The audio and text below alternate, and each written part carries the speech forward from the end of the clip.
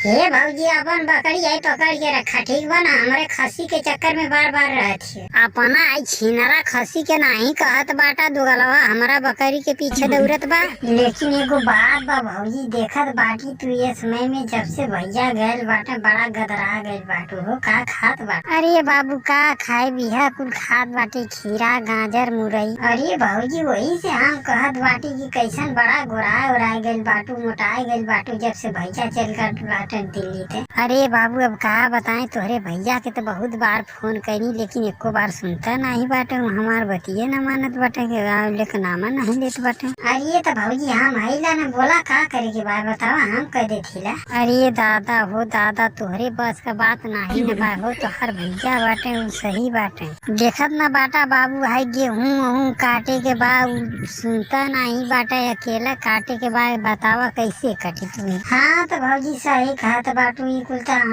ना काट दा पाई भो हम वैसे ही देखत न बाटू की करिया हो गइल बाटी। हे बाबू एगो बात बताई कहां सदिया नहीं करत बाटा।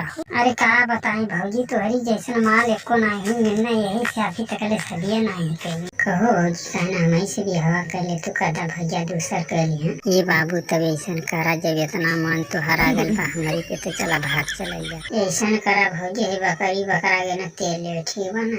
अरे भौजी तू भैया का टेंशन ना हिला जब बियाह करे तो का कोई नहीं है हमारू।